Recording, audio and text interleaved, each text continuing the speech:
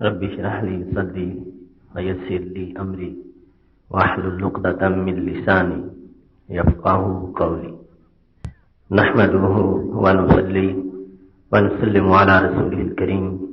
أما بعد، فأعوذ بالله من الشيطان الرجيم. بسم الله الرحمن الرحيم. ونزلنا عليك الكتاب تبيانا لكل شيء وهدى ورحمة وبشرى للمسلمين. صدق الله العظيم وصدق رسوله النبي الكريم الأمين. إن الله وملائكته يصلون على النبي يا أيها الذين آمنوا صلوا عليه وسلموا تسليما.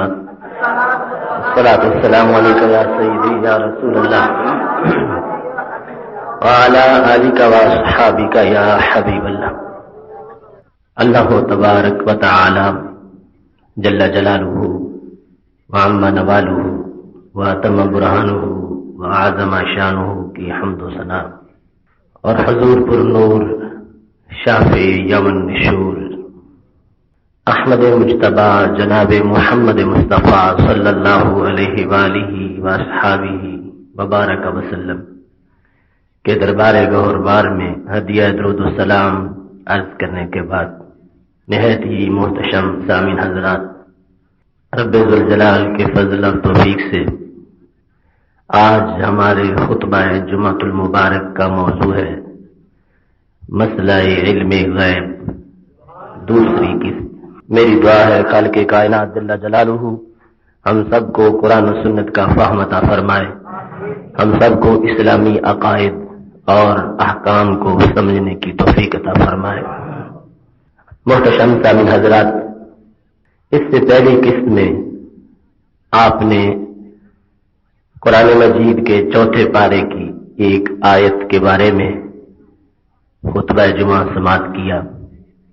آج کی گفتگو مسئلہ علم غیب پر اس حیثیت سے ہے کہ ہم رسول اکرم صلی اللہ علیہ وسلم کے علم غیب کو جو عطائی مانتے ہیں تو اس عطا کا طریقہ اور ذریعہ کیا ہے. خالق کائنات جل جلالہ نے نبی اکرم صلی اللہ علیہ وسلم کو کس طرح یہ عطا فرمایا ہے. اگرچہ اس عطا کا مکمل تعارف ہمارے لیے ممکن نہیں، لیکن جو کچھ قرآن مجید کی آیات اور رسول اکرم صلی اللہ علیہ وسلم کے فرامین سے ہمیں پتہ چلتا ہے، اس کی روشنی میں ہم یہ جاننے کی کوشش کریں گے کہ اللہ تبارک و تعالی نے کیسے یہ علوم اپنے محبوب علیہ السلام کو عطا فرمائے ہیں. قرآن مجید برہان رشید کی متعدد آیات میں نبی اکرم صلی اللہ علیہ وسلم کا علم غیب، اس کا تذکرہ اور اس کا بیان موجود ہے. سورہ جن میں ہے، خالق کائنات ارشاد فرماتا ہے عالم الغیب فلا یظہر علی غیبہ احدا الا من ارتضی من رسول. اللہ غیب جاننے والا ہے، اپنے غیب کو کسی پر ظاہر نہیں کرتا، لیکن رسولوں میں سے جسے چاہے اس پر غیب ظاہر فرما دیتا ہے.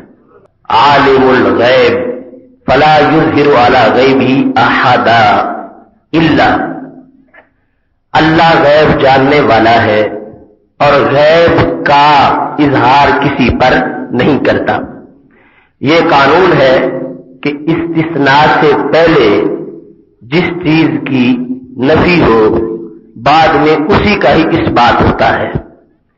آپ کلمہ اسلام پڑھتے ہیں لا الہ الا اللہ، تو لفظ الا جو ہے اس سے پہلے نفی کی جا رہی ہے اور بعد میں اثبات کیا جا رہا ہے. تو نفی جو ہے وہ الہ کی ہے، جھوٹے الہ کی نفی ہے. اللہ کے سوا کوئی معبود نہیں الا اللہ، تو اللہ کے بعد جو اس بات ہوا تو اللہ کے معبود ہونے کا اس بات ہوا، نہ کہ اللہ تعالی کی کسی اور جہت کا اس بات سمجھا جائے. لا الہ یہاں تک جو نفی ہے اس میں چونکہ نفی دیگر سے الوہیت کی ہے تو آگے جو اس بات ہوگا اللہ کے لیے تو وہ اس بات الوہیت کا ہوگا کہ اللہ کے سوا کوئی معبود نہیں اور اللہ ہی معبود ہے، کوئی اور معبود نہیں مگر اللہ۔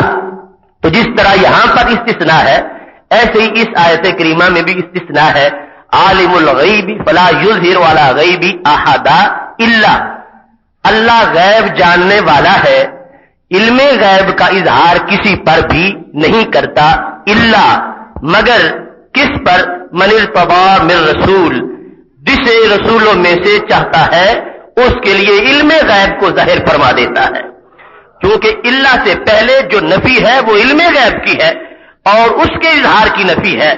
اللہ غیب جانتا ہے، لا یظہر علی غیبہ، اپنے اس علم غیب پر کسی کو مطلع نہیں کرتا، الا من ارتضی من رسول، مگر رسولوں میں سے جس کو چاہتا ہے اس پر اسی اپنے غیب کا اظہار کرتا ہے جس کا اور کسی پر اظہار نہیں کرتا۔ تو اللہ سے پہلے جس چیز کی نفی کی گئی، اللہ کے بعد اسی چیز کا اثبات، یہی ہمارا عقیدہ ہے کہ خالق کائنات جل جلالہ کے دینے کے بغیر کوئی بندہ کوئی علم بھی نہیں جان سکتے، جائے کہ وہ غیب کا ہو یا غیب کے علاوہ کوئی ہو، اور اگر وہ چاہے تو وہ اپنے بندوں کو دیگر علم بھی عطا فرماتا ہے اور مخصوص شخصیات کو غیب کا علم بھی عطا فرما دیتا ہے۔ ایسے ہی خالق کائنات سورہ آل عمران میں فرماتا ہے، ذالک من انباء الغیب نوحیہ الیک، یہ غیب کی خبریں ہیں، یہ غیب کی خبروں میں سے ہے جو ہم نے آپ کی طرف وحی کی ہے۔ تو خالق کائنات جل جلالہ نے اس مقام پر بھی غیب کا ذکر کر کے اس کی خبر کا ذکر کیا، اور خبر ایسی چیز ہے جب کسی چیز کی خبر آتی ہے ساتھ اس کا علم بھی آ جاتا ہے۔ کبھی ایسا نہیں ہوتا کہ بندے کو کسی بات کی خبر تو ہو مگر اس کا علم نہ ہو، یہ فرق کرنا خبر اور علم میں یہ نہایت ہی غیر معقول بات ہے۔ جب اللہ تبارک و تعالیٰ نے یہ فرما دیا کہ میں غیب کی خبر دے رہا ہوں تو پتا چلا کہ ساتھ ہی غیب کا علم بھی عطا کر رہا ہے، کیونکہ خبر بغیر علم کے ہو ہی نہیں سکتی۔ خبر اگر دنیا کے کسی واقعے کی ہے تو پھر جب خبر آئے گی اس واقعے کا علم آ جائے گا، اور اگر خبر جو ہے وہ غیب کے امور کی ہے تو جب خبر آئے گی تو ساتھ علم بھی ضرور آ جائے گا۔ لہذا لفظ خبر سے کوئی اس مغالطے میں نہ پڑے کہ یہ خبر کا ذکر ہے، علم کا ذکر نہیں۔ پہلے باقاعدہ علم کا ذکر تھا اور یہاں پر خبر کا ذکر ہے، اور خبر جس وقت کسی کو معلوم ہوتی ہے، جس چیز کی خبر اس کا علم بھی آ جاتا ہے، اور چونکہ یہاں پر غیب کی خبر ہے لہذا جب غیب کی خبر آئے گی تو ساتھ غیب کا علم بھی آ جائے گا۔ تیسرے نمبر پر سورہ تکویر میں خالق کائنات ارشاد فرماتا ہے، وما هو علی الغیب بضنین، کہ میرے محبوب علیہ السلام غیب بتانے میں بخیل نہیں ہے، ان سے جو پوچھتا ہے یہ اطلاع دیتے ہیں۔ تفسیر خازن وغیرہ میں باقاعدہ طور پر اس کی شرح میں یہ کہا گیا کہ بخیل نہ ہونے کا مطلب یہ نہیں کہ ان کو آتا نہیں، بخیل کا مطلب یہ ہے کہ ان کو آنے کے بعد یہ اس کا موقع کے مناسب اظہار بھی کر دیتے ہیں، جس کے پاس کچھ ہو اور پھر نہ دے اس پر بخل کا الزام آتا ہے۔ تو خالق کائنات نے اس الزام کو دور کیا، فرمایا یہ غیب بتانے میں بخیل نہیں ہے، لہذا جب سوال کرنے والے کی حیثیت کو سامنے رکھتے ہیں کہ اس کو خبر دینے سے اگر فائدہ ہوگا نقصان نہیں ہوگا تو پھر اس خبر کا اظہار ضرور کرتے ہیں۔ میرے محبوب علیہ السلام علم کے معاملے میں ہرگز بخیل نہیں ہیں۔ چوتھے نمبر پر خالق کائنات جل جلالہ نے یہ ارشاد فرمایا ہے، سورہ نساء میں ہے، وَعَلَّمَكَ مَا لَمْ تَكُنْ تَعْلَمْ، اللہ نے آپ کو علم دیا ہر اس چیز کا جس کو آپ نہیں جانتے تھے۔ ما لم تکن تعلم، جو بھی آپ کو معلوم نہیں، اللہ اس کا علم آپ کو اللہ نے عطا فرما دیا ہے۔ یہاں پر لفظ ما یہ عموم پر ہے، ما سے مراد قرآن و سنت کا علم ہے، ما سے مراد آسمان کے طبقات کا علم ہے، ما سے مراد زمین کے طبقات کا علم ہے، ما سے مراد عالم دنیا کا علم بھی ہے، ما سے مراد عالم برزخ کا علم بھی ہے، ما سے مراد عالم آخرت کا علم بھی ہے، ما سے مراد سمندر کی ہر ہر قطرے کا علم بھی ہے، ما سے مراد صحرا کے ہر ہر ذرے کا علم بھی ہے۔ وَعَلَّمَكَ مَا لَمْ تَكُنْ تَعْلَمْ، جو بھی آپ نہیں جانتے تھے اللہ نے وہ سب کچھ آپ کو عطا فرما دیا ہے۔ اسی عموم کی وجہ سے امام بدر الدین عینی رحمۃ اللہ علیہ نے بخاری شریف کی شرح عمدۃ القاری کی دوسری جلد میں جب روح کے علم کا مسئلہ چھڑا، یسألونک عن الروح قل الروح من امر ربی، اس مقام پر وہ لکھتے ہیں کہ رسول اکرم صلی اللہ علیہ وسلم کو جیسے اللہ نے دیگر علم عطا فرمائے، ایسے اللہ نے روح کا علم بھی عطا فرمایا۔ کیوں؟ کہتے ہیں جل منصب النبی صلی اللہ علیہ وسلم وہو حبیب اللہ وسید خلقہ ان یکون غیر عالم بالروح، کہنے لگے کہ نبی اکرم صلی اللہ علیہ وسلم اللہ کے محبوب بھی ہو اور ساری مخلوق کے سردار بھی ہو اور پھر روح کا علم نہ ہو، یہ آپ کی شان کے مناسب نہیں ہے۔ وکیفا، یہ کیسے ہو سکتا ہے؟ وقد من اللہ علیہ وقال وعلمک ما لم تکن تعلم، امام بدر الدین عینی کہتے ہیں جب اللہ نے یہ بھی احسان فرمایا ہے کہ جو بھی تمہیں نہیں آتا تھا میں نے وہ بتا دیا ہے، اس جو میں روح بھی موجود ہے، لہذا محبوب علیہ السلام کو اللہ نے روح کا علم بھی عطا فرمایا ہے۔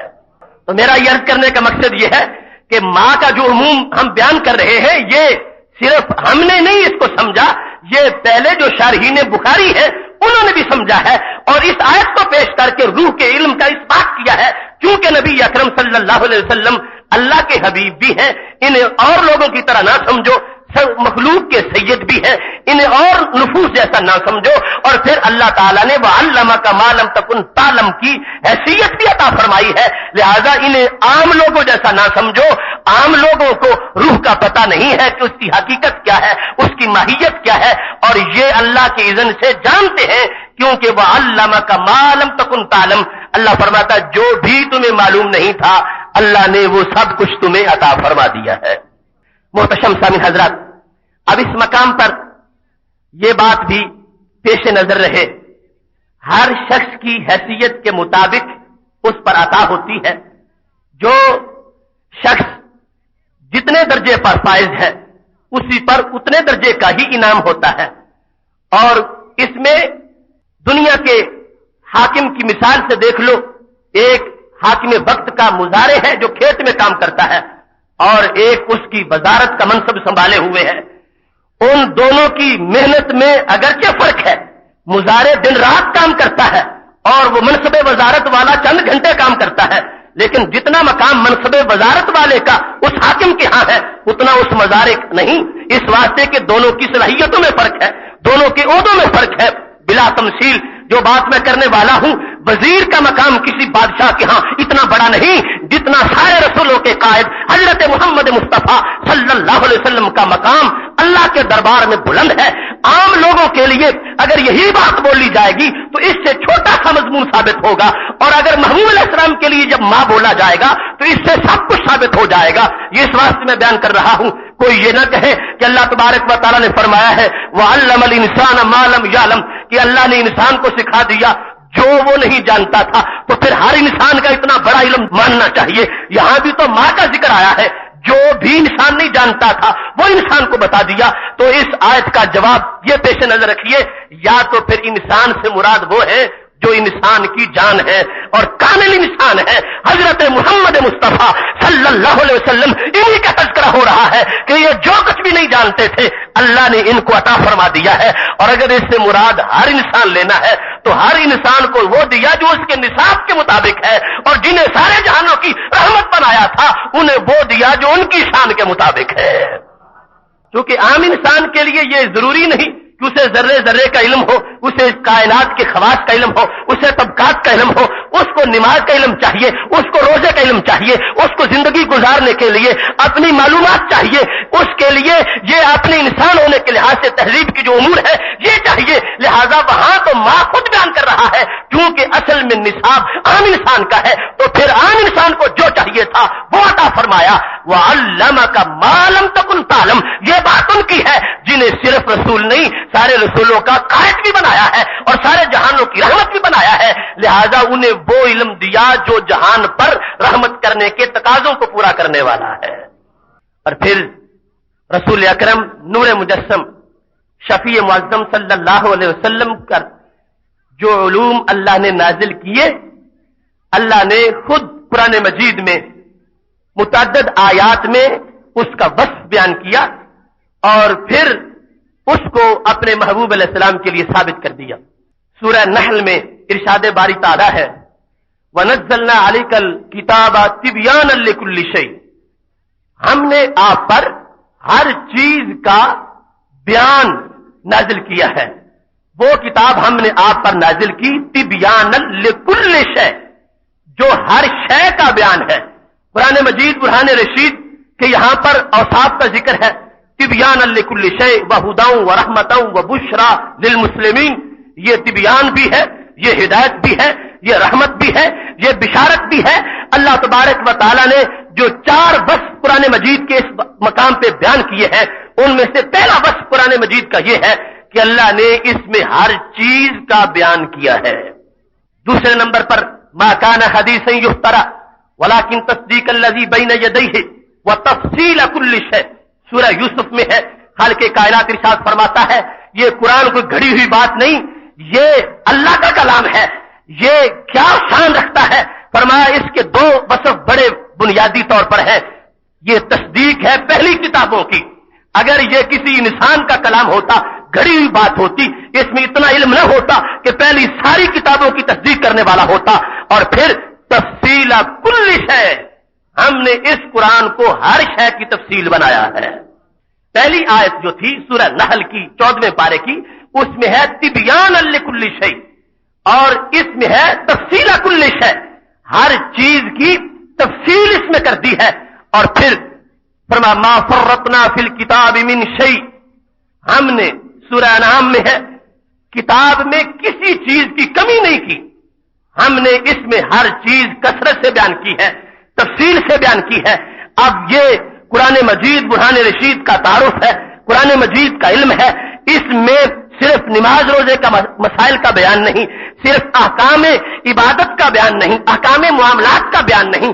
اللہ نے اس کو جامع اتنا بنایا ہے، اس میں ہر چیز کا ذکر ہے. یہ علیحدہ بات ہے.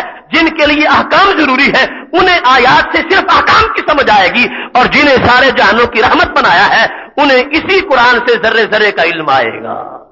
تفصیل کل شیء وتبیانا لکل شیء اور ما فرطنا فی الکتاب من شیء، یہ سارے عموم ہے اور اس بات کو واضح کر رہے ہیں کہ اللہ تبارک و تعالیٰ نے ہر چیز کا علم کل شے میں، ہر چیز آ گئی ہے، ہر چیز کا علم قرآن مجید میں رکھا اور قرآن مجید محبوب علیہ السلام پر نازل کر دیا. جن پہ نازل کیا ہے انہیں ہی اگر اس کی خبر نہ ہو تو پھر تو تنزیل کا فائدہ ہی ختم ہو جائے گا، پھر عمل ہی محمل اور لغو ہو جائے گا. اللہ حکیم ہے، قادر مطلق ہے، اس کا کوئی عمل بھی حکمت سے خالی نہیں ہوتا. لہذا اس نے علوم کو جمع کر کے وہ سارا قرآن اپنے محبوب پہ نازل ہی نہیں کیا بلکہ فرما دیا الرحمن علم القرآن، اس قرآن کی تعلیم خود اللہ نے اپنے محبوب علیہ السلام کو عطا فرما دی ہے. اب کل شے کے اندر لوح محفوظ بھی موجود ہے، اور لوح محفوظ میں کیا کچھ ہے؟ قرآن مجید کہتا ہے کل صغیر و کبیر مستتر، ہر چھوٹی اور بڑی چیز کا ذکر لوح محفوظ میں موجود ہے. لا حبۃ فی ظلمات الارض ولا رطب ولا یابس الا فی کتاب مبین. فرمایا زمین کے اندھیروں میں کہیں کوئی اگر دانا بھی پڑا ہے اس کا علم بھی کتاب مبین میں ہے. ہر خشک کا علم ہے، ہر تر کا علم اس کتاب مبین میں موجود ہے. کتاب مبین سے مراد لوح محفوظ اگر لیا جائے تو اس لحاظ سے بھی محبوب علیہ السلام کے علوم کا اس میں بیان ہو جائے گا. کتاب مبین سے قرآن مجید نہ بھی لیا جائے، لوح محفوظ لی جائے، اور لوح محفوظ بھی کل شے میں موجود ہے. جب ہر چیز کا علم دیا تو لوح محفوظ کا علم بھی دیا، اور لوح محفوظ میں ہر خشک و تر کا ذکر موجود ہے، ہر چھوٹی بڑی چیز کا ذکر موجود ہے. لہذا محبوب علیہ السلام کو اللہ تبارک و تعالیٰ نے ہر چیز کا علم عطا فرما دیا ہے. اس واسطے امام بوصیری رحمت اللہ علیہ نے کہا فَإِنَّ مِن جُودِكَ الدُّنْيَا وَضَرَّتَهَا، یا رسول اللہ صلی اللہ علیہ وسلم تمہارے جود سے دنیا بھی ہے آخرت بھی ہے. یہ ساری دنیا اس میں جو کچھ ہے یہ تمہارے فیضان کا ایک چھینٹا ہے اور تمہارے سخاوت کا ایک منظر ہے، اور جو کچھ عقبہ میں جنتیں ملیں گی اور انعامات ملیں گے وہی تمہارے صدقے میں ملیں گے. وَمِنْ عُلُومِكَ عِلْمَ اللَّوْحِ وَالْقَلَمِ، اللہ اللہ نے تجھے اتنے بڑے علم عطا کیے ہیں کہ آپ کے علم کے ایک حصے کا علم لوح ہے، ایک حصہ علم قلم ہے. اللہ تبارک و تعالیٰ نے آپ کو لوح محفوظ کا علم بھی عطا فرمایا ہے. جو کچھ خشک و تر ہے، چھوٹی بڑی چیز ہے، اس کا ذکر لوح محفوظ میں ہے. اور لوح محفوظ کے بارے میں فرما دیا وَكُلَّ شَيْءٍ أَحْصَيْنَاهُ فِي إِمَامٍ مُبِينٍ. سورہ یاسین کے اندر ہر چیز کا ذکر اس میں موجود ہے، اور ہر چیز جس وقت علم دیا گیا محبوب علیہ السلام کو، ہر چیز کا ان اشیاء میں سے ایک ہے لوح محفوظ بھی تھی. لہذا لوح محفوظ میں جو کچھ ہے اس کا علم بھی اللہ تبارک و تعالیٰ نے محبوب علیہ السلام کو عطا فرما دیا ہے.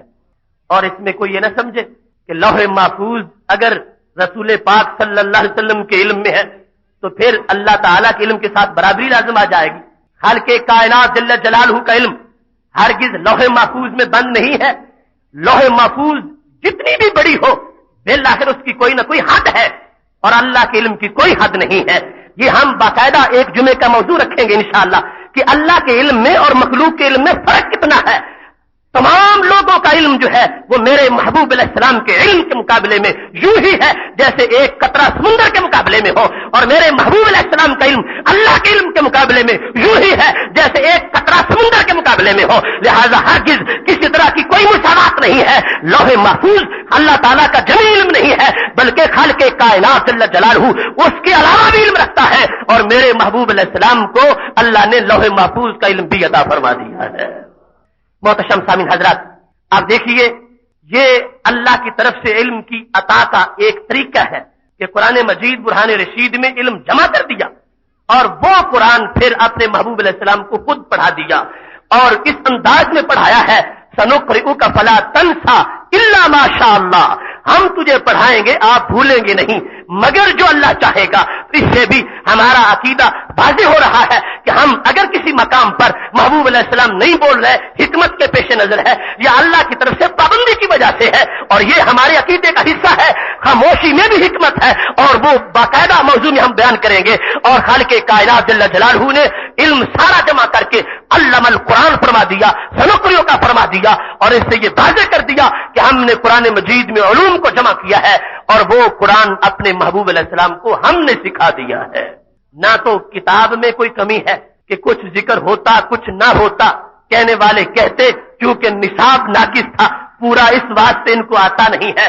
اللہ نے نصاب کی شان بھی بیان کر دی. نصاب ایسا کامل ہے کہ کسی عام بندے کا ذہن اور اس کی سوچ تو اس کی وسعتوں تک جا ہی نہیں سکتی، اور پھر پڑھانے کی نسبت اپنی ذات کی طرف کی ہے. اب نصاب کامل ہو، پڑھانے والا سمجھا نہ سکے، پھر بھی علم میں کمی رہ سکتی ہے، اور خالق کائنات پڑھانے والا ہو تو پھر کمی کا سوال ہی نہیں ہو سکتا. اور پھر یہ ساری چیزیں ہو اور پڑھنے والا معذاللہ کند ذہن ہو تو پھر بھی کمی آ سکتی ہے. اور جب پڑھنے والے ایسے ہو کہ سارے عقل والوں کو عقلیں وہی تقسیم فرمانے والے ہوں، اور ساری کائنات کی عقلیں ایک پلڑے میں رکھی جائیں، ان کی عقل سب سے بھاری ہو، تو پھر وہ ذات جب پڑھ رہی ہو، اتنا جامع نصاب ہو اور اللہ تبارک و تعالیٰ پڑھا رہا ہو تو کسی چیز کا علم بھی باقی نہیں رہ جائے گا. محتشم سامعین حضرات، رسول اکرم نور مجسم شفیع معظم صلی اللہ علیہ وسلم کے علم کا یہ بیان جو ہے، اب ساتھ یہ بات بھی پیش نظر رہے کہ یہ شان جو میں نے بیان کی تفصیل کل شے تبیان لکل شے ما فرطنا فی الکتاب من شے، یہ تینوں آیات جو ہیں ان میں جو بیان کی گئی جامعیت قرآن مجید کی، تو یہ کسی ایک سورت کی نہیں پورے قرآن کی ہے. پورے قرآن مجید کی یہ شان ہے. تو لہذا ثابت یہ ہوگا کہ جب پورا قرآن نازل ہو جائے گا تو علم بھی مکمل ہو جائے گا. پورے قرآن کی یہ شان ہے کہ سارا قرآن اول سے لے کر آخر تک اکٹھا ہر چیز کا بیان ہے، ہر چیز کی تفصیل اس میں ہے، اور ہر چیز کا تذکرہ اس میں کر دیا گیا ہے. لہذا اگر کوئی بندہ ایسا واقعہ پیش کرتا ہے کہ جو نزول قرآن کی مدت کے اندر کا واقعہ ہے اور اسے پیش کر کے یہ بتانا چاہتا ہے لو دیکھو یہ صورتحال تھی، نبی اکرم صلی اللہ علیہ وسلم سے پوچھا گیا، آپ نے جواب نہیں دیا، ہو سکتا ہے جواب دیگر حکمتوں کے پیش نظر بھی نہ دیا ہو، لیکن ہمارا تو دعویٰ یہ ہے کہ پورے قرآن کے نزول کے ساتھ علم مکمل ہوگا. اگر پہلے کوئی ایسا واقعہ ہے تو وہ ہمارے عقیدے کے خلاف نہیں ہے، ہمارے دعوے کے خلاف نہیں ہے. پورے قرآن کو علم کا مجمع بنایا گیا ہے اور وہ نزول کے ساتھ مکمل ہوا ہے. اور اس کے بعد ایک بھی ایسا واقعہ واقعہ نہیں کہ محبوب علیہ السلام سے پوچھا گیا ہو اور آپ نے جواب نہ عطا فرمایا ہو. جو بھی پیش کریں گے وہ درمیان کے اندر آ رہا ہے، درمیان کے اندر آ رہا ہے. نزول قرآن کی مدت ابھی ختم نہیں ہوئی، ابھی باقی نزول ہے، آیات باقی ہے.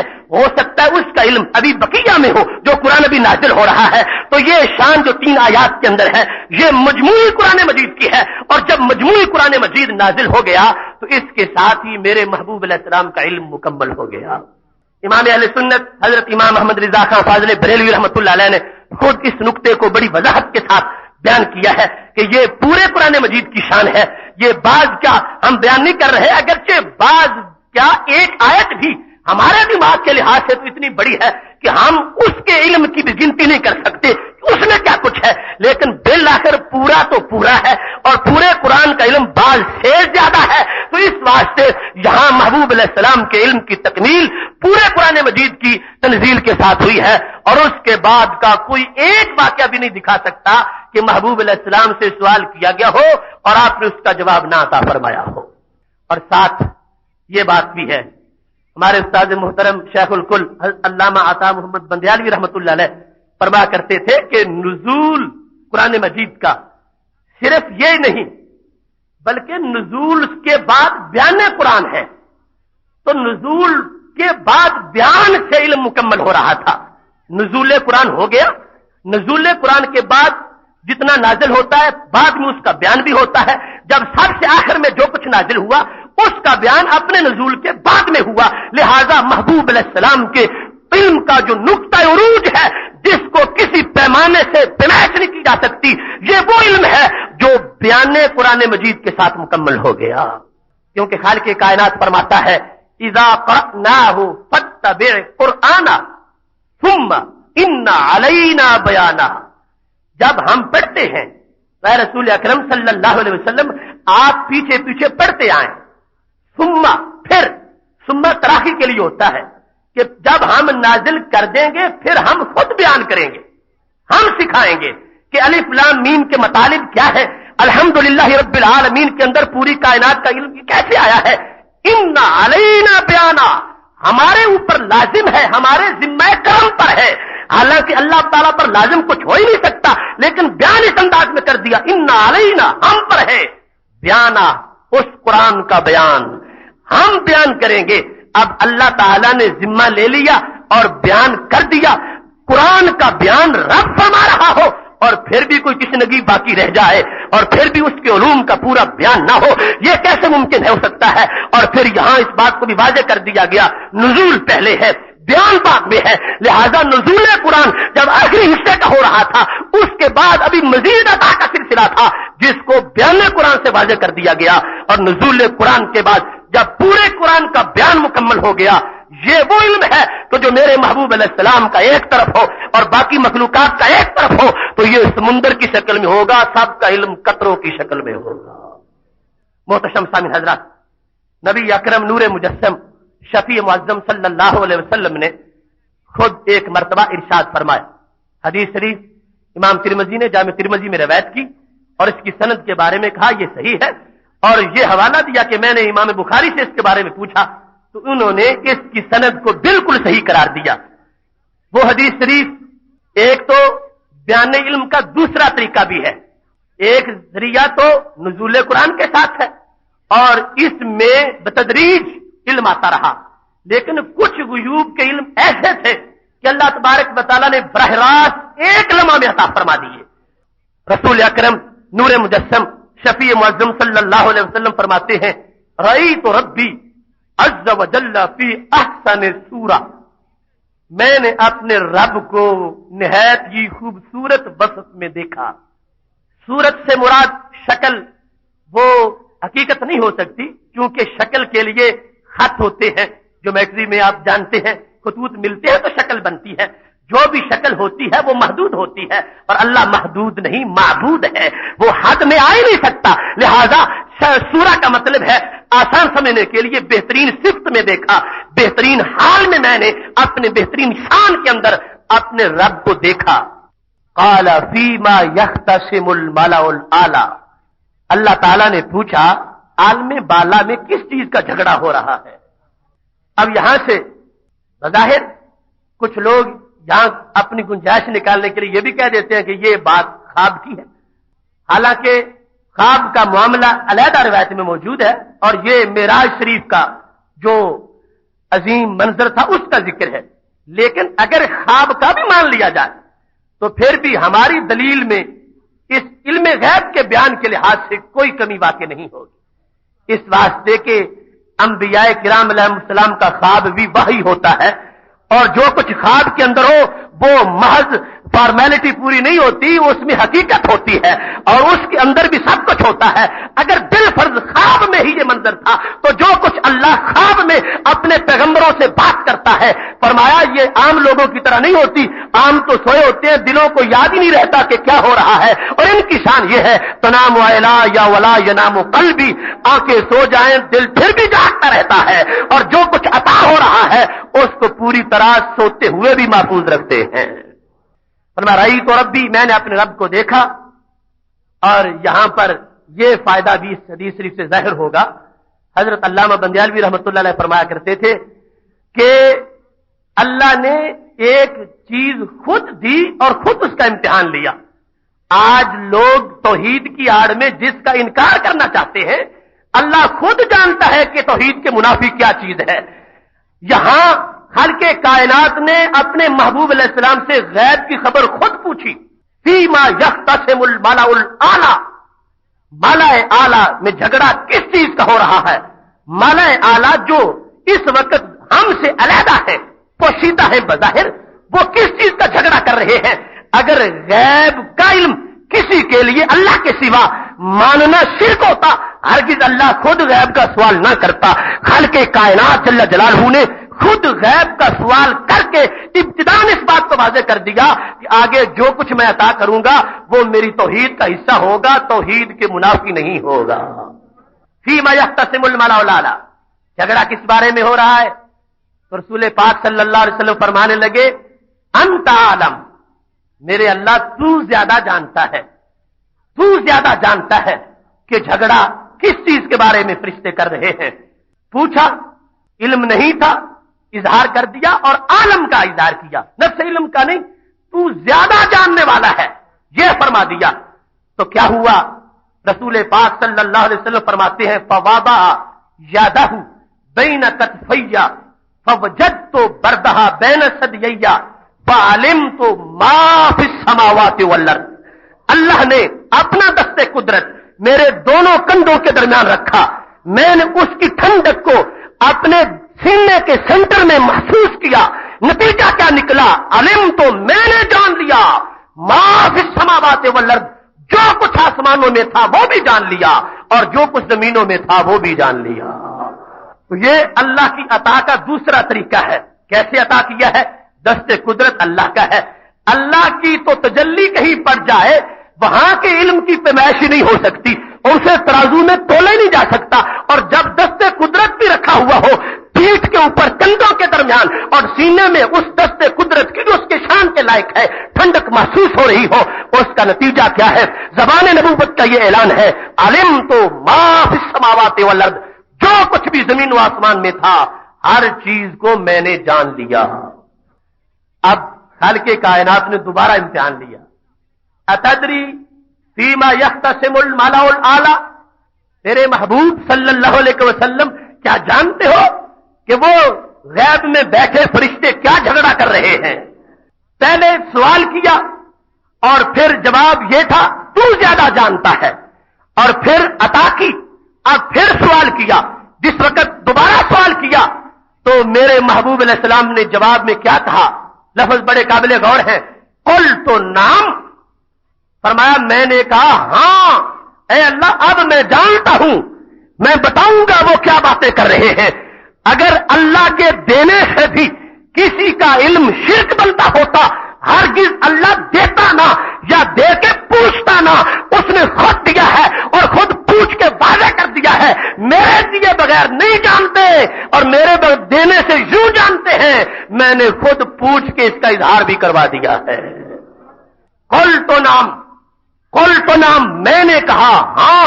پہلے تھا انت عالم، تو زیادہ جانتا ہے. اب کہا ہاں فی الکفارات، اے اللہ فرشتے اس وقت کفاروں کی بحث کر رہے ہیں. اور یہاں یہ بات بھی بڑی قابل غور ہے کہ اللہ تعالی پہلے بھی جانتا تھا جب سوال کیا اور پھر بھی سوال کر رہا ہے. فیما یختصم الملا لالا، اللہ تعالیٰ جانتا ہے کہ میرے محبوب مجھے کیا جواب دیں گے، پھر بھی سوال کیا ہے. اور جب ہاتھ رکھا تو اللہ تعالیٰ کو پتا تھا کہ کیا کچھ مل گیا ہے، پھر بھی سوال کیا ہے. ایک تو یہ پتا چلا کہ سوال کرنا جہالت کی دلیل نہیں، جانتے ہوئے بھی سوال کیا جا سکتا ہے. جیسے خالق کائنات جل جلالہ جانتا ہے پہلی حالت کو بھی اور جانتا ہے دوسری حالت کو بھی، اس کے باوجود بھی سوال فرما رہا ہے. اور دوسری حکمت کیا ظاہر ہوئی کہ کل کوئی میری توحید کا لمبردار بن کر میرے محبوب علیہ السلام کے علم کی نفی نہ کرے. میں نے خود اس علم کا امتحان لے کے سند عطا کی ہے. میں خود جانتا ہوں میری توحید کیا ہے. میرے دینے سے کسی کو آ جائے تو یہ میری توحید کے منافی نہیں، یہ تو میری توحید کی شان ہے، یہ دست قدرت کی عطا ہے. میں نے خود دیا، میں نے خود پوچھا، حالانکہ جانتا تھا کہ کتنا دے چکا ہوں، مگر اظہار کروانا مقصود تھا کہ قیامت تک اس بات کا پتہ چل جائے. عطائی غیب وہ ہے جو اللہ نے خود جس کا اظہار کروایا ہے، محبوب علیہ السلام کو دیا ہے، پھر پوچھا ہے اور محبوب علیہ السلام نے غیب کی خبر کا اعلان فرمایا ہے. شرک اور ہے، توحید اور ہے. نبی اکرم صلی اللہ علیہ وسلم کا علم ذریعے سے عطا سے ماننا یہ ہرگز شرک نہیں. اس واسطے اللہ بہتر جانتا ہے شرک کیا ہے. شرک ہوتا تو سوال ہی نہ کرتا، عطا ہی نہ کرتا اور عطا کر کے پوچھتا ہی نہ. تینوں کام کیے ہیں. اس بات کو واضح کیا ہے کہ کوئی میری توحید کو آڑ بنا کے بغض رسالت نہ رکھے. میں نے خود ان کو شانوں کا مالک بنایا ہے. ثم تلا، جب یہ لفظ بیان کیے تو پھر ساتھ ایک آیت بھی پڑھی. نبی اکرم صلی اللہ علیہ وسلم نے آیت بھی بطور دلیل پڑھی. حالانکہ خود جو فرما رہے ہیں اس میں بھی کوئی کمی نہیں، لیکن آخر قرآن تو قرآن ہے. فرما لوگوں مجھے جو کچھ ملا اس پہ تعجب نہ کرنا. اللہ کی شان ہے کہ اپنوں کو نوازتا ہے. ہم دکھاتے ہیں حضرت ابراہیم علیہ السلام کو زمین و آسمان کے ملکوت تاکہ ان کا یقین مزید بڑھ جائے. فرمایا جیسے ان کو ان کے شان کے مطابق اللہ ہر چیز کا مشاہدہ کروا رہا تھا، مجھے میرے مقام کے مطابق ہر چیز کا مشاہدہ کروا دیا ہے. نوری ابراہیم، ہم دکھاتے ہیں حضرت ابراہیم علیہ السلام کو ملکوت السماوات والارض، ملکوت السماوات والارض، زمین و آسمان کے ملکوت ہم دکھاتے ہیں تاکہ یہ مزید ان کا یقین بڑھ جائے. تو اب اس مقام پر یہ بات بھی واضح ہوئی. کچھ لوگ یہاں پر یہ ہلا سازی کرتے ہیں کہ نبی اکرم صلی اللہ علیہ وسلم کا غیب ماننا ذرے ذرے کا یہ کوئی فضیلت ہی نہیں، تم اتنا اصرار کیوں کرتے ہو؟ کیا ہلا ہے؟ کہتے ہیں کہ ان کی شان تو یہ ہے کہ اللہ تعالیٰ کے بارے میں ہر وقت متوجہ رہتے ہیں، قرآن و سنت اور احکام بیان کرتے ہیں، نماز روزے کا مسئلہ بیان کرتے ہیں. یہ ذرے ذرے کو جاننا یہ کوئی فضیلت ہے کہ تم کہتے ہو کہ ان کو ذرے ذرے کا علم ہے؟ یہ ذرے ذرے کے علم کے لیے دلیلیں پیش کرنا یہ کوئی ضروری نہیں ہے، اس واسطے کہ ذرے ذرے کا علم ہونا یہ کوئی فضیلت نہیں. تو میرے بھائیوں یہ بات ذہن میں رکھنا، اگر ذرے ذرے کا علم ہونا محبوب علیہ السلام کے لیے کوئی فضیلت نہیں تو پھر اللہ کے لیے تو بطریقی اولا فضیلت نہیں ہونی چاہیے. جبکہ اللہ کی یہ شان سمجھی جاتی ہے کہ اس کے علم سے کوئی چیز پوشیدہ نہیں. جب اس کے لیے ذرے ذرے کا علم ذاتی طور پر کمال ہے تو اس کی عطا سے اگر کوئی ذرہ ذرہ جان لے عطائی طور پر تو یہ بھی کمال ہونا چاہیے. اور پھر اس آیت نے واضح کر دیا ملکوت جو ہے زمین و آسمان کے، یہ کوئی نماز روزے کا علم تو نہیں. نوری ابراہیم، اللہ نے بطور انعام یہ ذکر کیا ہم نے اپنے ابراہیم علیہ السلام کو ملکوت کا علم دیا ہے، ملکوت کا علم عطا کیا ہے. تو پتا چلا اللہ تبارک و تعالی اپنے بندوں کو اعزاز کے طور پر بھی یہ چیزیں جو زمین و آسمان کی ہیں ان کا علم عطا فرماتا ہے. جب خلیل کا یہ اعزاز تھا انہیں ملکوت کا علم دیا ہے، اور حبیب علیہ السلام کا یہ اعزاز ہے اللہ تبارک و تعالی نے ان کو ہر چیز کا علم عطا فرما دیا ہے. لہذا اس بات کی طرف کوئی نہ جائے کہ ذرے ذرے کا علم کوئی فضیلت نہیں. یہ فضیلت ہے جن کے نصاب کا حصہ ہے. جو ذرے ذرے کے رسول ہیں انہیں ذرے ذرے کا علم بھی ہونا چاہیے، جو ذرے ذرے کے لیے رحمت ہے انہیں ذرے ذرے کا علم جو ہے ہونا چاہیے، اور یہ علم جو ہے اللہ سے غفلت کا علم نہیں ہوگا۔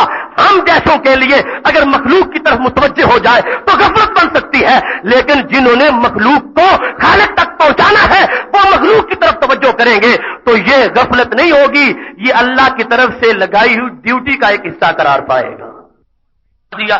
علم تو ما فی السماوات والارض، اب ما فی السماوات سے مراد کوئی نماز روزہ ہے، ما فی السماوات سے اور ما فی الارض سے مراد جو ہے وہ زمین آسمان کی چیزوں کا علم ہے۔ سماوات کے جتنے طبقے ہیں ہر ہر آسمان کا علم ہے، اور زمین کی جتنی گہرائیاں ہیں ہر ہر ذرے کا علم ہے، اور یہ علم اللہ تبارک و تعالی بطور انعام دے رہا ہے، نوازش کے طور پر اس کو ظاہر کر رہا ہے، لہذا یہ ایک فضیلت ہے جو اللہ تبارک و تعالی نے اپنے محبوب علیہ السلام کو عطا فرمائی ہے۔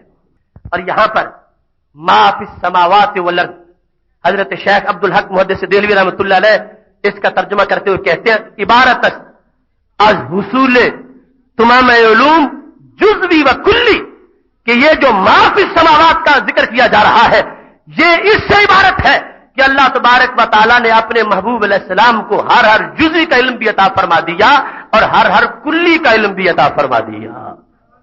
اور پھر انہوں نے فرق کیا، تفاوت درمیان این دو روایت کہ ایک ہے حضرت خلیل علیہ السلام کا ملکوت کو دیکھنا، اور دوسرا ہے رسول پاک صلی اللہ علیہ وسلم کا زمین و آسمان کو جاننا۔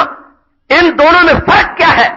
شیخ عبدالحق محدث دہلوی جو برصغیر پاک و ہند کے محقق علی الاطلاق ہے، محقق علی الاطلاق اور پہلے نامور محدث، وہ کہتے ہیں دونوں روایتوں میں فرق ہے۔ محبوب علیہ السلام کا دیکھنا اور طرح کا ہے، حضرت خلیل علیہ السلام کا دیکھنا اور طرح کا ہے۔ خلیل علیہ السلام نے کیا دیکھا؟ کہتے ہیں خلیل علیہ السلام ملک زمین و آسمان دید، حضرت خلیل علیہ السلام نے زمین و آسمان کا صرف ملک دیکھا، وہ حبیب علیہ السلام ہر چے حالیس در زمین و آسمان از ذوات و صفات و ظواہر و بواطن ہمارا دین، کہ ادھر خلیل علیہ السلام نے تو صرف زمین و آسمان کو دیکھا اور حبیب علیہ السلام نے ہر ہر زمین کے اندر ہر ہر آسمان کے اندر جو جو ذات تھی اسے بھی دیکھا، جو جو صفت تھی اسے بھی دیکھا، جو کچھ ظاہر تھا اسے بھی دیکھا اور جو کچھ باطن تھا اسے بھی دیکھ لیا۔ فرمایا چونکہ فرق ہے دونوں کے مقامات میں، حبیب علیہ السلام کے مقام کا تقاضا اور ہے، خلیل علیہ السلام کے مقام کا تقاضا اور ہے۔ یہ خلیل علیہ السلام نے یوں دیکھا جیسے جہاز کی نچلی پرواز سے کوئی کسی شہر کو دیکھ لے تو یہ ایک ڈھانچہ سامنے آیا ہے، یہ نہیں پتا چل رہا کہ 10 منزلہ پلازے کے اندر جو دفاتر ہیں ان کی صحت کے اندر جو بیگ پڑا اس میں کیا ہے، صرف بظاہر ظہر کو دیکھا۔ اور حبیب علیہ السلام کی رویت کی مثال یہ ہے، ہر چے حالیس از ذوات و صفات و ظواہر و بواطن ہمارا دین، جو کچھ زمین کے اوپر ظاہر ہے وہ بھی دیکھا اور جو لاکھ پردے میں ہے وہ بھی دیکھا، جو آسمان پہ ظاہر ہے وہ بھی دیکھا، جو کچھ پردے میں ہے وہ بھی دیکھا، جو کسی بندے کے چہرے پر ہے وہ بھی دیکھا اور جو اس کے دل کے اندر ہے وہ بھی دیکھ لیا۔ یہ فرق بیان کرتے ہوئے ساتھ اس نکتے کا جواب بھی ان کے فرق سے ملتا ہے۔ جو لوگ آج بہانہ کرتے ہیں کہ یہ ذرے ذرے کو جاننا کوئی فضیلت نہیں ہے، شیخ نے اس فضیلت کے نکتے کو بیان کیا، انہوں نے اپنے طور پر فرق ظاہر کیا اور یہ فضیلت اسے سمجھ آ رہی ہے۔ کہنے لگے حبیب علیہ السلام کا دیکھنا اور نوعیت کا ہے اور خلیل علیہ السلام کا دیکھنا اور نوعیت کا ہے۔ ایک ہوتا ہے طالب اور ایک ہوتا ہے مطلوب، ایک ہوتا ہے سالک اور ایک ہوتا ہے مجذوب، ایک ہوتا ہے مرید اور ایک ہوتا ہے محبوب۔ تو کہنے لگے حضرت ابراہیم علیہ السلام کو اس لیے دکھایا جا رہا تھا وَلَيَكُونَ مِنَ الْمُوقِنِينَ، ہر ذرے کو دیکھیں کہ وہاں سے خدا کی طرف پہنچے، وہاں سے دلیل ملے اور ذرے ذرے کو دیکھ کر اللہ کی قدرتوں کو جان کر مزید یقین پر پہنچے۔ ان کو دکھایا جا رہا تھا کہ وہ پہنچنا چاہتے ہیں اور محبوب علیہ السلام کو دکھایا جا رہا تھا کہ یہ اللہ کی محبوب بن چکے ہیں اور محبوب کو بطور انعام دکھانا چاہیے۔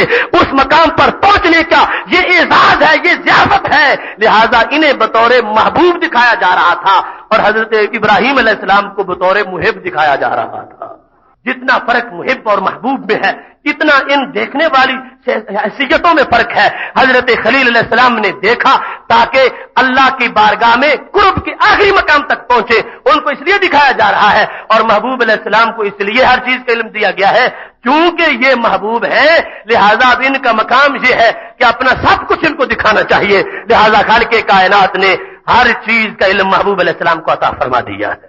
اب یہ شیخ محقق تو حضرت فاضل بریلوی رحمۃ اللہ علیہ سے بہت زمانہ پہلے کے ہیں، یہ بریلی کا گھڑا ہوا دین نہیں ہے، یہ پوری امت سے قرآن و سنت سے تواتر کے ساتھ ثابت ہے کہ محبوب علیہ السلام کی شان یہ ہے۔ اور پھر یہاں سے یہ پتا چلا کہ ان چیزوں کو دیکھنا یہ کوئی دنیا داری نہیں ہے، ان چیزوں کو ہم جیسے دیکھیں تو دنیا داری بن جائے، لیکن محبوب علیہ السلام انہیں دیکھ رہے ہیں، اللہ دکھا رہا ہے اس واسطے کہ یہ بھی ان کی حیثیت کے دین کا حصہ ہے، اور انہیں اتنی وسعت دے دی گئی ہے، اتنا علم دے دیا گیا ہے کہ وہ ہر ذرے سے معرفت رکھتے ہوئے اسی سے اللہ کی توحید کا بیان کرے۔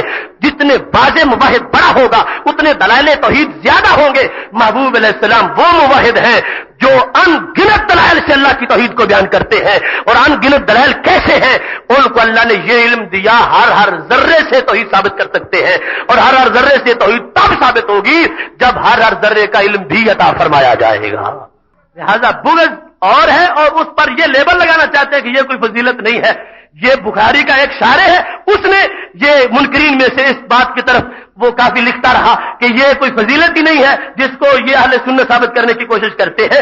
تو حضرت شیخ عبدالحق نے کیسی فضیلت بیان کی کہ یہ تو اتنی بڑی فضیلت ہے کہ حضرت ابراہیم علیہ السلام کے نصاب میں بھی ایسی نہیں آئی جو اللہ نے اپنے حبیب علیہ السلام کو عطا فرمائی ہے۔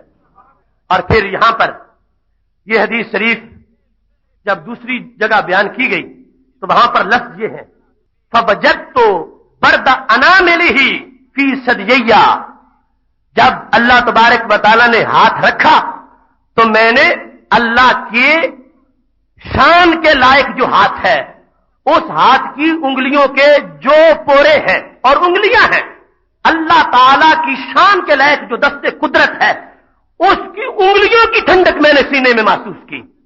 پہلی ادما تھا کہ یہ کہ فوجد کو بردہا ہاتھ کی ٹھنڈک، اس میں ہاتھ کی انگلیوں کی ٹھنڈک، صرف بیان انداز میں فرق ہے، انداز میں فرق ہے، ورنہ ہاتھ بھی وہی ہے، ہاتھ کی انگلیاں بھی وہی ہیں۔ اور اس میں اب نتیجہ کیا نکلا؟ فرمایا فتجلی لی کل شیء، اللہ تعالیٰ نے جب ہاتھ رکھا تو ہر چیز کائنات کی میرے سامنے روشن ہو گئی۔ وہاں تھا فعلمت ما فی السماوات والارض، اور یہ ہے فتجلی لی کل شیء۔ ترمذی نے دونوں کی سند کے مطابق امام بخاری کے قول کے مطابق صحیح ہونے کا قول کیا، علمت ما فی السماوات والارض، یہ بھی عطا کا ایک طریقہ ہے۔ تجلی لی کل شیء، اللہ کا دست قدرت جو ہے اس کی وجہ سے کیا ہوا، ہر چیز میرے لیے روشن ہوگی۔ جہاں جہاں کسی چیز کا مقام تھا وہ مجھ سے اپنے آپ کو چھپا نہ سکی۔ اللہ کے ہاتھ کا کمال ہے کہ ہر چیز میری آنکھوں کے سامنے روشن ہو گئی۔ حدیث شریف نے نبی اکرم صلی اللہ علیہ وسلم کے علم کے عطائی ہونے کے بارے میں واضح طور پر اس بات کو ثابت کیا کہ یہ محبوب علیہ السلام کا اپنا دعویٰ نہیں، اللہ کے ہاتھ کا کمال ہے، اور اللہ اگر یہ نہ دے سکے تو وہ اللہ ہو کیسے سکتا ہے؟ اس کی شان یہ ہے وہ دینے میں کسی کا مجبور نہیں ہے کہ کوئی اجازت دے اور پھر وہ عطا کرے۔ یہ لوگ اللہ کی رحمت کے ہرگز منشی نہیں ہیں، وہ قادر مطلق ہے، وہ مختار ہے، اپنے محبوب علیہ السلام کو جو دینا چاہا وہی عطا کر دیا، اور اس انداز میں عطا کیا ہے۔ کوئی اب پیمانہ قریب باقی نہ رہا کہ جس سے یہ بیان کیا جائے اتنی چیزوں کا دیا، ایک ڈویژن کا دیا، ایک ملک کا دیا، درختوں کا دیا، یا صرف پہاڑوں کا دیا۔ فرمایا تجلی لی کل شیء، جو بھی چیز تھی، جو بھی جس کو وجود ملنا تھا یا مل چکا تھا، ہر چیز کا علم اللہ نے مجھے عطا فرما دیا۔ کیونکہ شے موجود کو بھی کہتے ہیں، اور شے کی تعریف دوسری یہ ہے ما یعلم و یخبر عنہ، جس کا علم آ سکے اور جس کی خبر دی جا سکے، اگرچہ اب موجود نہ ہو، قیامت تک موجود ہونے والی ہو، اسے بھی شے کہا جا سکتا ہے۔ فتجلی لی کل شیء، جو کچھ بھی مارز وجود میں آ کے فنا ہو چکا تھا یا موجود تھا یا قیامت تک موجود ہونے والا تھا، ہر چیز کو اللہ نے میرے لیے روشن فرما دیا۔ اب کل شیء جب آ گیا تو شے میں زمین بھی ہے، آسمان بھی ہے، اور اسی شے میں لوح محفوظ بھی ہے۔ من علوم کا علم اللوح والقلم. امام بوصیری اپنی طرف سے نہیں بول رہے، اسی کا ترجمہ کر رہے ہیں. تجلی لی کل شے، جب ہر چیز روشن ہو گئی تو ہر چیز کے اندر لوح محفوظ بھی روشن ہو گئی. اور لوح محفوظ کے بارے میں تو سب کا عقیدہ ہے، اس میں سب کچھ لکھا ہوا ہے. جب اس میں سب کچھ لکھا ہوا ہے تو وہ میرے محبوب علیہ السلام کا سب کچھ پڑا ہوا بھی ہے. تجلی لی کل شے، ہر چیز روشن ہوئی. اور کچھ لوگوں کا یہ خیال ہے کہ تجلی آئی پھر چمک ختم ہو گئی، اور ایک مرتبہ آ گیا پھر ختم ہو گیا. اگرچہ اس کا تفصیلی بیان انشاءاللہ پھر ہوگا، لیکن جو بات وہ کریں پکڑے جائیں گے. اگر ایک مرتبہ ہر چیز کو غیب پورے کو جاننا یہ شرک نہیں تو پھر بار بار جاننا بھی شرک نہیں ہوگا. اگر شرک ہے تو پھر تھوڑا سا بھی شرک ہے، اگر شرک نہیں تو پھر سارا بھی شرک نہیں. اللہ کے دینے سے اگر ایک مرتبہ ہر چیز کو جان لیا، اگر یہ اہل اسلام ہے تو پھر اللہ کی قدرت سے اگر ہر وقت ساری چیزوں کو جان لے تو یہ بھی اہل اسلام ہوگا. لہذا فتجلی لی کل شے، اس سے ضرور یہ بات ہر جہت کے لحاظ سے ثابت ہوگی کہ محبوب علیہ السلام کے سامنے ہر چیز متجلی ہو گئی، اور اللہ تبارک و تعالی نے محبوب علیہ السلام کو ہر چیز کا علم عطا فرما دیا. یہاں یہ بات بھی قابل غور ہے. فتجلی لی کل شے، لوح محفوظ سامنے ہو اور محبوب علیہ السلام پڑھ رہے ہوں. چلو ان کا قول ہم ایک لمحہ کے لیے سامنے رکھتے ہیں کہ ایک مرتبہ تجلی پڑی اور پھر اندھیرا چھا گیا، اور ایک مرتبہ کل شے آ گئی، اس میں لوح محفوظ بھی ہے.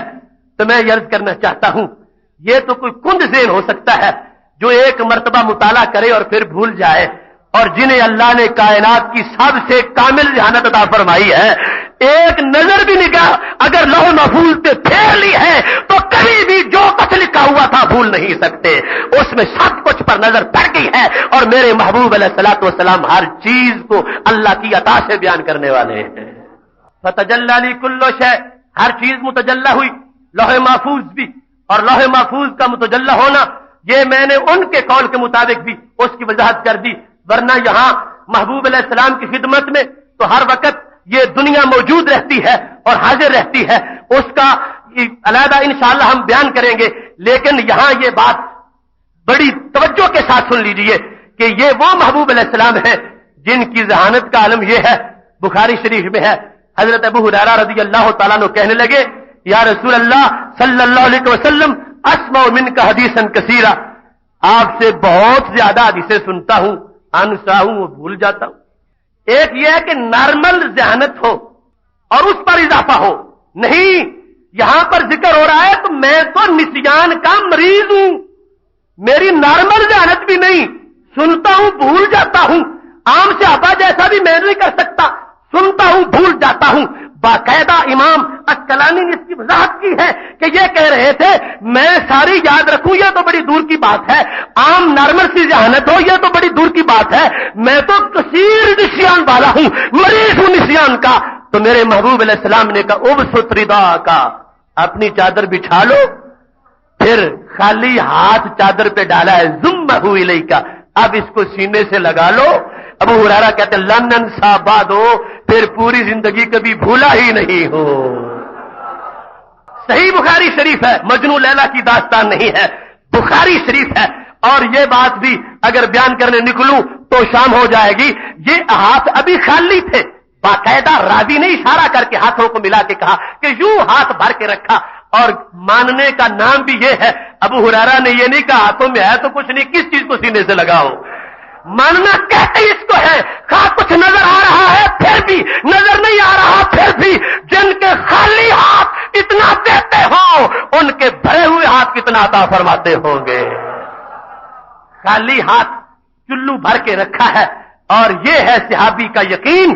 یہ نہیں آگے سے اعتراض کیا پیغمبر یہ کوئی معاذ اللہ آج کا کوئی بدھو ہوتا تو یہ جو ایک طبقہ ہے کہتے کہ ہم سے مذاق ہو رہا ہے، خالی ہاتھ ہے کیا رہا ہے سینے سے لگاؤ، کیا لگائیں. نہیں، یہ صحابی تھے، یقین تھا کہ یہ کوئی معاذ اللہ کسی قسم کی کاروائی نہیں، یہ حقیقت ہے. لہذا اگرچہ خالی ہاتھ تھے اسے حقیقت سمجھا. کہتے ہیں میں نے سینے سے لگایا. اب پہلے نسیان کا مریض تھا، اب صرف حافظہ ہی نہیں ملا، وہ حافظہ ملا ہے کہ سارے صحابہ سے بڑھ کر پہلے نمبر پر 5000 سے زائد کس نے حدیثیں روایت کی ہیں انہیں امام ابو ہریرہ کہا جاتا ہے۔ اب محتشم سامعین حضرات، یہ بات ضمن عرض کر رہا ہوں کہ یہ خالی ہاتھ ہے، اگر مثال کے طور پر بھرے ہوئے ہوتے، سونا ہوتا، یعنی خالی اور بھرے کا بات صرف کر رہا ہوں، خالی ہے، اگر اتنا سونا ڈالتے، رب کعبہ کی قسم ہے یہ دنیا کا سونا اتنا فائدہ نہیں دے سکتا تھا جتنا خالی ہاتھ نے دیا ہے۔ وہ سارے سونے کے کشتے بنا کے حضرت ابو ہریرہ کھا جاتے، پھر بھی حافظہ نہ ملتا جو خالی ہاتھوں نے عطا فرمایا ہے۔ تو جن کو اللہ نے یہ مقام دیا وہ نوع محفوظ پہ ایک لمحہ اگر دیکھ لے تو پھر بھی سب کچھ ہمیشہ بیان کر سکتے ہیں، اور ان کی شان یہ ہے کہ لو کے بھی نبی ہیں، اس کے بھی رسول ہیں، وہ کہاں جائے گی چھپ کے، ان کے سامنے موجود ہے، جب چاہتے ہیں نظر کرتے ہیں، جب چاہتے ہیں بغیر نظر کے بیان کر دیتے ہیں۔ اللہ تبارک و تعالیٰ نے ہر چیز کا علم عطا فرمایا ہے۔ اس واسطے حضرت عمر رضی اللہ تعالیٰ عنہ نے واضح کہہ دیا، بخاری شریف میں ہے، کان رسول اللہ صلی اللہ علیہ وسلم فینا مقامن، ایک جگہ نبی اکرم صلی اللہ علیہ وسلم کھڑے ہو گئے، موضوع علم غیب کا تھا، مضمون کہاں سے شروع کیا؟ اخبرنا عن بدء الخلق، مخلوق کی آفرینش کے آغاز سے موضوع شروع کر لیا۔ نبی اکرم صلی اللہ علیہ وسلم تو پہلی مخلوق ہے، آپ کے بعد جو کچھ پیدا ہوا دوسرے نمبر پر، اس سے لے کر کہاں تک بیان کیا؟ داخل اہل الجنت منازلہم واہل النار منازلہم، یہاں تک کہ قیامت اور پھر حساب، اور اس کے بعد جنتی جنت میں چلے گئے، جہنمی جہنم میں چلے گئے۔ یہ سارا مضمون نبی اکرم صلی اللہ علیہ وسلم نے بیان کیا، اور حضرت عمر رضی اللہ تعالیٰ عنہ کا یہ عقیدہ نہیں ہے کہ یہ کوئی فضیلت نہیں ان چیزوں کو جاننا، بلکہ فضیلت سمجھ کر بیان کر رہے ہیں کہ اگرچہ یہ پہلے سے لے کر آخرت کی خبریں، یہ نماز روزے کی خبر نہیں ہے، یہ نکاح طلاق کی خبر نہیں ہے، یہ اس سے علاوہ حالات ہیں، واقعات ہیں، بقائے ہیں، اجسام کی خبریں ہیں، چیزوں کی خبریں ہیں، ذرے ذرے کا بیان ہے، بندے بندے کا ذکر ہے، ان کا کفر، ان کا ایمان، ان کی دنیا، ان کی برزخ، ان کی جنت، ان کے دوزخ، ہر چیز کا بیان ہے۔ حضرت عمر رضی اللہ تعالیٰ عنہ کہتے ہیں ہمارے محبوب علیہ السلام کا اتنا علم تھا، سب کچھ بیان کر دیا۔ حافظ ذالک من حافظہ ونسی من نسیہ، فرمایا جس نے جتنا یاد رکھا یاد رکھا، جو بھول گیا بھول گیا۔ ہمارے محبوب علیہ السلام نے سب کچھ بیان فرمایا تھا۔ یہ حضرت عمر رضی اللہ تعالی عنہ کا قول، ان کا عقیدہ بخاری شریف میں ہے، اور اس سے یہ ساری جہاد واضح ہو رہی ہے کہ ان چیزوں کا علم فضیلت بھی ہے اور نبی اکرم صلی اللہ علیہ وسلم کو حاصل بھی ہے۔ اور یہ بھی کوئی نہ سمجھے کہ ایک محفل میں سارا بیان کس طرح ہو سکتا ہے، وقت اور وقت کی وسعت اور اس کو روکنا اور اس کو پھیلانا اور تھوڑے میں سب کچھ عطا کرنا، یہ سارے انہی کے کمالات ہیں۔ لہذا مخلوق کے آغاز سے لے کر قیامت کے آنے تک اور اس کے بعد کے فیصلوں تک سب کچھ بیان کیا ہے۔ حافظ ذالک من حافظہ، حضرت عمر رضی اللہ تعالیٰ عنہ کہتے ہیں جس نے یاد رکھا اس نے یاد رکھا، جو بھولا وہ بھولا۔ محبوب علیہ السلام نے کوئی کمی نہیں کی اور ہر چیز کی خبر ہمیں عطا فرمائی ہے۔ یہ ہو بہو اہل سنت کے عقیدے کی ہر جہت صحابہ سے ثابت ہو رہی ہے۔ اگر یہ شرکی عقیدہ ہوتا، حضرت عمر رضی اللہ تعالیٰ عنہ سے بڑا شرک پر کلہاڑی چلانے والا کون ہے؟ فوراً دوسروں کو بھی روکتے، خود بیان کر رہے ہیں تو پتا چلا اللہ تعالیٰ کی عطا سے یہ ماننا شرک نہیں، حالانکہ یہاں عطا کا بغیر ذکر بھی نہیں، پھر بھی وہ بیان کر رہے ہیں، اور اسی عقیدے کی بنیاد پر جو دیگر مقامات پر موجود ہے۔ اور اس میں ہم جو کہتے ہیں کہ ان کو ما کانا کا علم بھی تھا اور ما یکون کا علم بھی تھا، وہ دونوں باتیں موجود ہیں۔ اخبرنا عن بدء الخلق، مخلوق جب سے پیدا ہونا شروع ہوئی اس وقت سے لے کر آج تک، جب حضرت عمر رضی اللہ تعالیٰ نے بیان کر رہے تھے اور محبوب علیہ السلام نے بیان کیا، یہ سارے کا سارا ماکانہ تھا۔ اور حتی داخل اہل الجنت منازلہم واہل النار منازلہم، یہ سارا ما یکون تھا جو مستقبل میں ہونے والا ہے۔ تو حضرت عمر رضی اللہ تعالیٰ عنہ نے واضح طور پر کہہ دیا کہ نبی اکرم صلی اللہ علیہ وسلم نے ہمیں ما کان کا علم بھی عطا فرمایا اور ما یکون کا علم بھی عطا فرمایا۔ آگے جس کی جتنی کیپیسٹی تھی، صلاحیت تھی، جو جو یاد رکھ سکا وہ آگے روایت کرتا رہا، بیان کرتا رہا، اور سارے کا سارا محبوب علیہ السلام کو ہی آتا ہے، اور محبوب علیہ السلام اللہ کی عطا سے اس کا بیان فرماتے رہے۔